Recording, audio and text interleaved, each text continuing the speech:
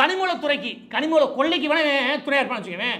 அந்த துறையோடைய அமைச்சர் இவன் ஒரு ரீல்ஸ் போகிறேன், ஒரு குழந்தை வருது அப்படி கட்டி பிடிக்கிறான், அப்படியே ஓகே ஓகே பேச அப்படி அனுப்பிக்கிறேன், முடிஞ்சிச்சு.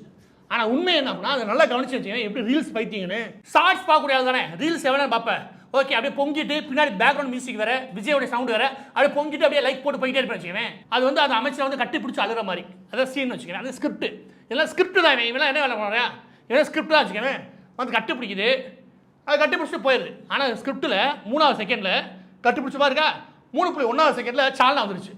ஏன்டா ஏடா ஒரு போட்டா உள்ளது அனுப்பிட்டியா, அதாவது அந்த பொண்ணு கட்டி பிடிச்சி போயிடுது கேட்டா. அது ஒரு மிஞ்சி போச்சுன்னா ஒரு 4 செகண்ட் இல்லை 5 செகண்ட் இல்லை 10 செகண்ட் வச்சுங்க, அது நடந்துச்சு முடிஞ்சிச்சா. அந்த 10 செகண்டுக்குள்ளே ஒரு பொரோட்டா வாய்க்குள்ளே போயிடுச்சு, சால்னா வந்துருச்சு தலையில். அப்போ ஸ்கிரிப்ட் உட்காந்து எடுக்கிறாங்க. அது என்ன விஷயம் அப்படின்னா, இவன் வந்து தினமும் இன்னைக்கு இந்த நியூஸ் 24/7 நியூஸ் 24/7 தான் செலியன் நினைக்கிறேன். அந்த ஆள் அந்த கும்பல் தான் இவனை 24 இரவில் யாருக்கும் தெரியாமல் அதிரடியாக அமைச்சர் போய் ஆய்வு பண்ணாரு. யாருக்குமே தெரியாமல் நீங்களா போன